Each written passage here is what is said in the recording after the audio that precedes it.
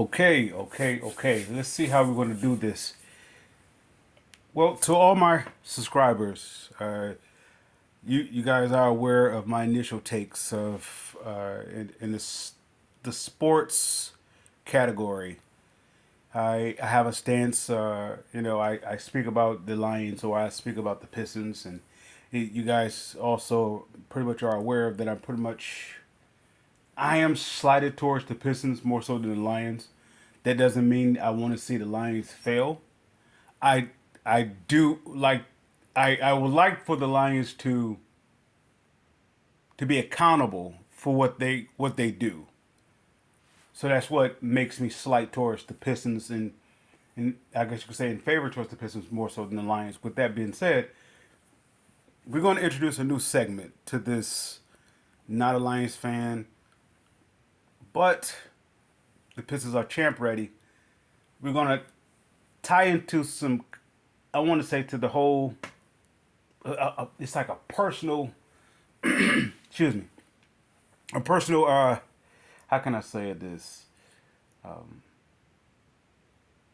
something I guess I gravitated towards as a child, and it, it's the comic books, and so we're gonna start diving into that direction, and very specifically we're gonna talk about the MCU, the Marvel Cinematic Universe, and excuse me, I've been a follower of this universe or the MCU since it started, and I've been plugged in. Well, let's say this way: I haven't been plugged in as much, let's say, since Endgame. I haven't been plugged in as much. I'm aware of what everything was going on, yet my initial take of it is not is as involved as I was from Iron Man all the way up to the Endgame. Now, I am going to start doing a new platform, just very strictly. Every now and again, I would have something to say about the MCU, starting with this first video. With that said, and moving that all aside, I have an initial take about something very specifically about the MCU. Okay, now you hear about the backlash for all those for those who are my subscribers. If you are a follower of the MCU, you're pretty much aware of what I'm going to talk about. How the backlash for Marvel, you know, since Endgame, it has been a downfall. It has been not up to the standards of the MCU. So a lot of people are abandoning ship. So much so they are throwing stuff at Marvel as like Marvel is like this debacle, and actually it's not. Which is what we're going to dive into. Why everything that Marvel has done is successful. It's interesting because what Marvel is going through now puts me in the mind of what the Lions been going through. It put me in the mind of what the Pistons are currently involved with. It's called a rebuild, a retool. So everything, if you build something from the ground up, and it gets from the least to the highest, at the highest point, at some point you have to come down. So everything that you use to build it up may turn against it, may crumble, may be corroded, may implode, whatever case may be, it may just fall apart. Which is pretty much every regime or every power, if you will, that started off from nothing and grew over time into this empire. It starts off that way, then eventually within the cracks everything starts to weaken and so forth, and so then you get those what we call the fair weather bandwagoners or fair weather fans, where when it was highs, they really was there, but they wasn't there. They was there because it was the hype train. But then you get those ones that was there from the beginning when it was on the ground floor and nothing ever started. Now, with that said, this is exactly where the MCU is at. And why is this such a perfect thing? It's because it's not so much as a start over, it was all planned. If the fans didn't see it, that's one thing. Yeah, Marvel already saw it. Well, if you let's start with this. As long as the Marvel universe, or you could say Disney, or however that collaboration is is to be said, they once they inherited their rights back to their Marvel characters that were distributed back in, I want to say was it the 70s or the 60s or 70s or somewhere around there, when they were maybe the 80s, probably I think 70 80s, when they started distributing out their characters because Marvel was going bankrupt or whatnot. Once the plan was to recumulate back all their I want to say their content, but all back their characters. excuse me, excuse me. Once that was the plan, and then they started to put that in motion, everything up to a certain extent was kind of like on pause. What we mean by that? By the time Endgame came about, they pretty much had their characters back, with a few finishing touches of a few characters here and there. And during the time of the last remaining characters that they want to use going forward is the time that you would have seen the MCU go to a slight of a disappointment, if you will. It's not up to their standards. Everything starts to crumble, so to speak. Okay, you may have a lawsuit here. You may have characters that don't want to be a part of it anymore. You may have Marvel saying that they're getting paid too much, so we got to let go of this. And then you may have the writers that may not want to be part of it. You have directors that don't want to be part of it, and now you go to this whole thing where it's not up to the standards because the new people that bring aboard are the people that wasn't invested into it. They wanted to be a part of it because it was successful, which is I can agree with. I understand. At the same time, if you wasn't there through the process of it, or if you don't have a, a linking into the I guess you would say the Marvel characters, not not on the live screen, but actually through the comics. If you don't have a linking to them, not so much that you read it, but it's like it has to be a part of you, so to speak. And let's say this way: the writers and the directors that were successful with Marvel, they was the ones that actually had a plug-in into those characters, or they had such an imagination that they could take what's written and apply it to it, and it will bring what was written a new perspective. So, such as, let's say, who can we use? Such as the spin on Nick Fury. Okay, when someone envisioned it, I don't know if it was through the comics or whatnot, they envisioned Nick Fury as Samuel Jackson, and so he changed, and now it became Samuel Jackson as Nick Fury.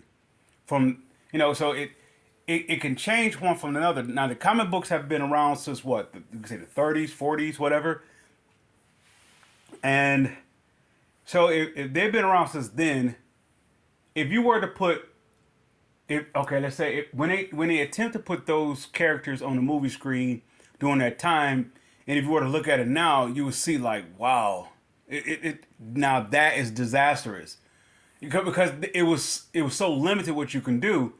But now over time, you can actually modify the characters that was written into a live screen where the live screen character now is taking over the comic book character, such as what Robert Downey Jr. was able to do with Iron Man.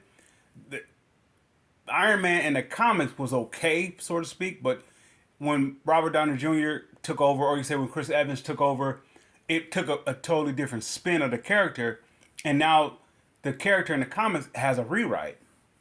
With that being said, when we look at the MCU now, you have all those directors, all those writers, and so forth that has been involved.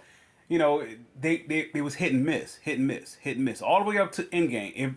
If any film that came after Endgame, the writers included, directors included, that was part of the let's say those that's wanted to be a part of of this empire, if you will. Those are expendable. I'm not saying to dump them as though there was a waste. No, I'm saying they are expendable because the plan with Marvel was always to get back their characters. Yet get back the characters, that means you're gonna get rid of all this newness of these characters that's really not. They're really, if they had, let's say it this way, if the MCU started from the very start, or when they started from the very start, and they had all their characters to them, the way that they started the MCU, they wouldn't have started the way that they did. However, the way that they started turned out to be successful based upon, I want to say, the adaptation of an actress rewriting the comic books. Such as, like we said, Robert Downey Jr. and Chris Evans, they rewrote the characters.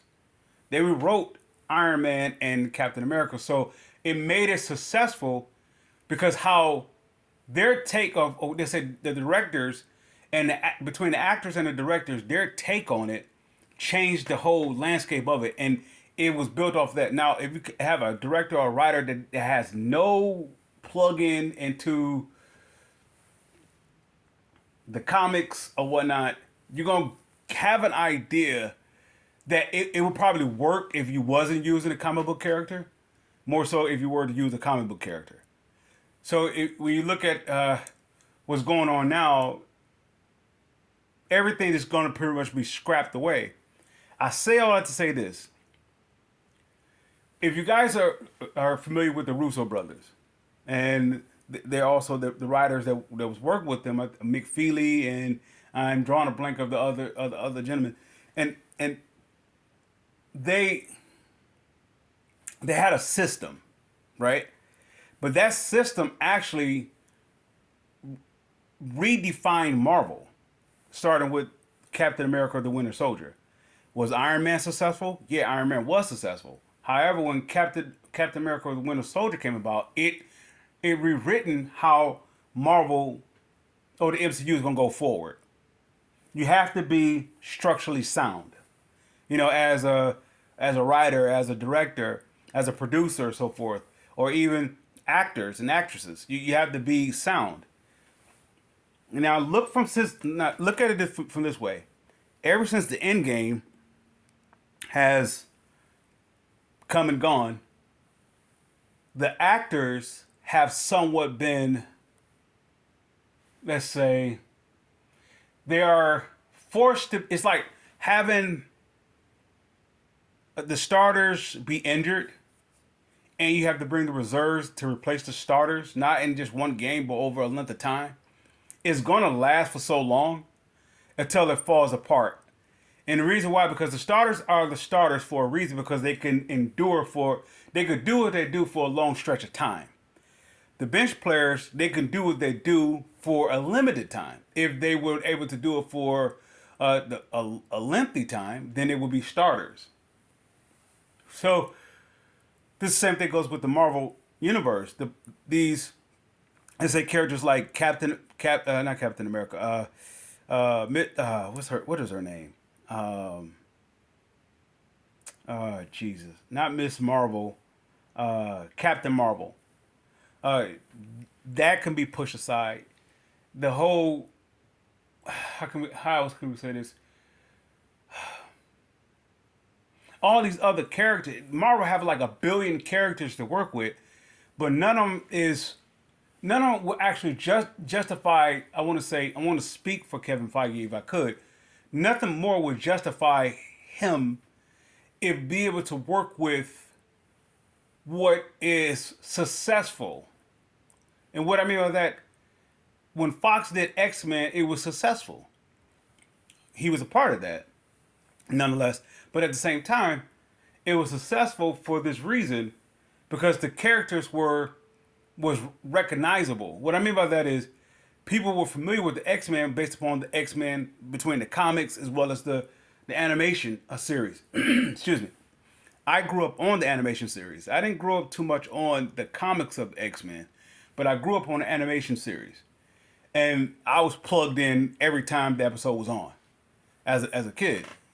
So with that being said, he wants to go where actually what works. The Fantastic Four is like before the X-Men. So that's like a delicate treasure. That has to be done correctly. Now I say all that to say this. Right now is the perfect time to bring the Russo's brothers back, and not to bring them back as though they left or they left on a bad note or not. No, everything that happened the way it happened, with all the whole departure of this actress or this uh, director or this writer or whatnot, it happened according to the plan. The plan was, by the time we get all our characters back, we could reassemble everything back together, with the exception of someone like Chadwick Boseman. Bowman. What? Can I get this guy? Can I get his name? Black Panther. Until with the unfortunate of the passing of such, everything would have came together, right? And characters such as him would have been a carryover. You know, he's a starter, if you will, and he was going to keep the torch going until all the characters came back. Now I say all that to say I say all that to say all that to say all that to say all that to get to this place about the Russo brothers. The Russo brothers pointed out this one thing. They said, if you're going to do this Kang Dynasty, you got to do a whole bunch of work, a whole bunch of legwork. You got to be able to put this in there. But why are they saying that? Two things. Number one is they're telling you what they're going to do, and number two, they are invested into this thing. They just it's not that they needed a break from it. They couldn't go forward with the vision. Not so much them without Kevin Feige as a tandem. It couldn't go forward. So the break was necessary. The She-Hulk series and everything that came along with it. It's a break. Now take all that in consideration to what the Russo brothers said. I don't know if it was Anthony. I'm not sure, but one of them stated that you have to have a whole bunch of legwork to get this going. This Kang Dynasty, or the Secret Wars. Secret Wars, I believe is what the initial. I mean, what they said, Secret Wars. So now we're scrapping out Kang allegedly, which is a part of the plan.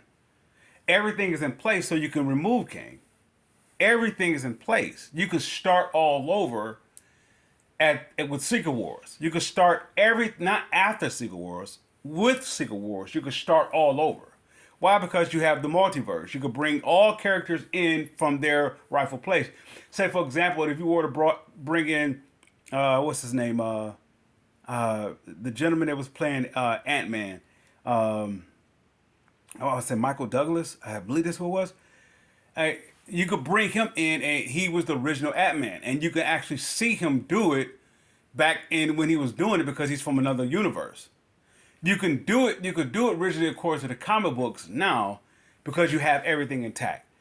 But more importantly, there's no better director, no better writers than I can't think of the gentlemen that co-wrote Infinity War, Endgame.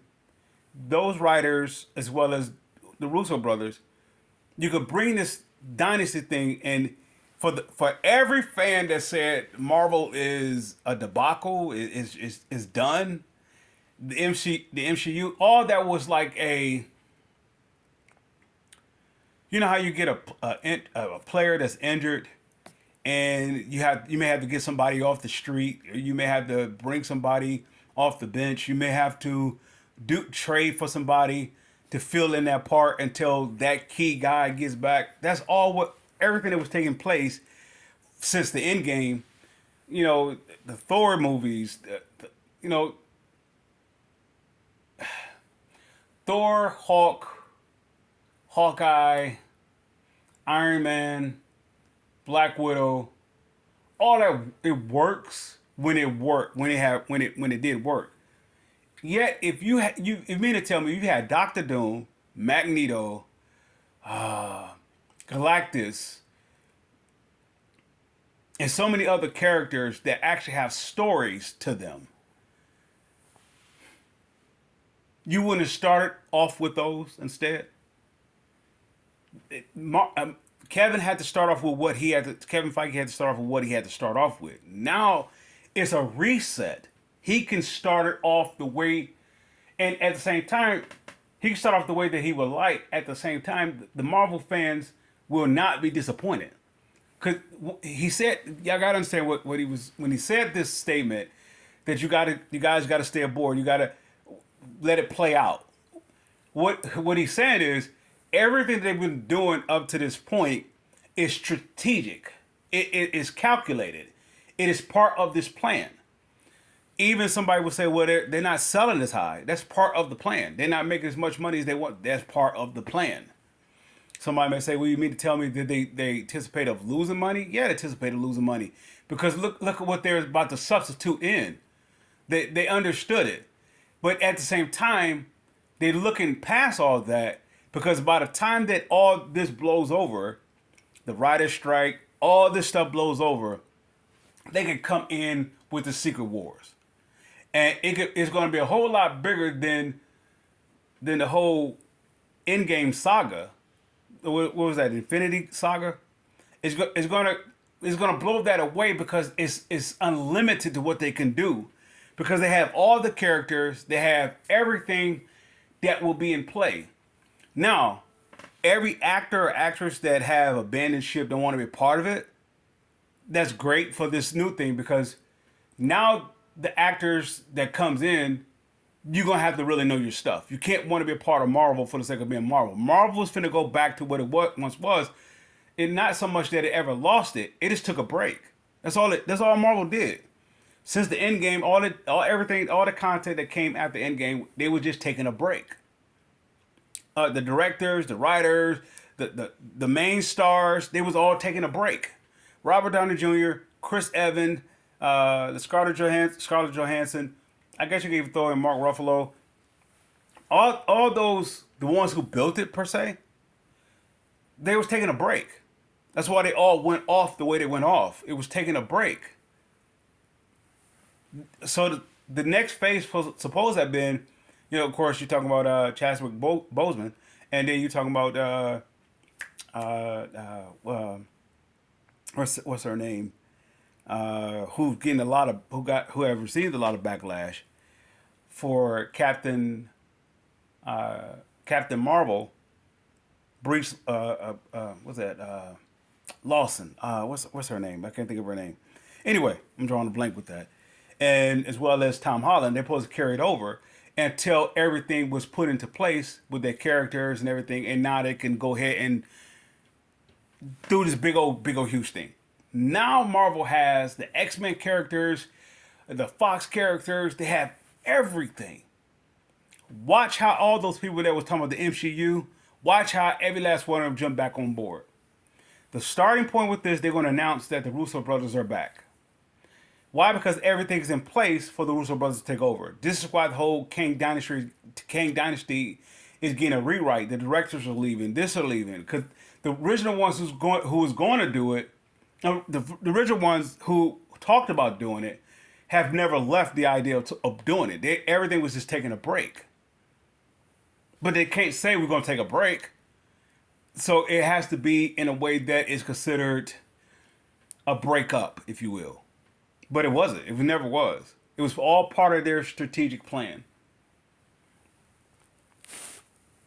Well, that's my first segment about the MCU. And you guys, there are more, I guess, topics of the MCU to come. But I will conclude and close with this. The MCU have never stopped being the MCU. It is still superior to the DCU, and it's interesting enough how everything is playing out. If you're not in tune with it, you're gonna miss it. You're missing it how everything is put into place. This is why Kevin Feige was saying you guys have to stay the whole thing. I don't want to say what's his name, Jonathan Majors. The whole deal that was all. I don't want to say that was a part of the plan, but that was a part of the way to get from up under the plan. I want to say it was staged, so that Kane is not necessarily the guy per se. Doctor Doom, actually, he is the guy in Secret Wars. So you can't ask for nothing more perfect than this. With that said, MCU fans, I salute.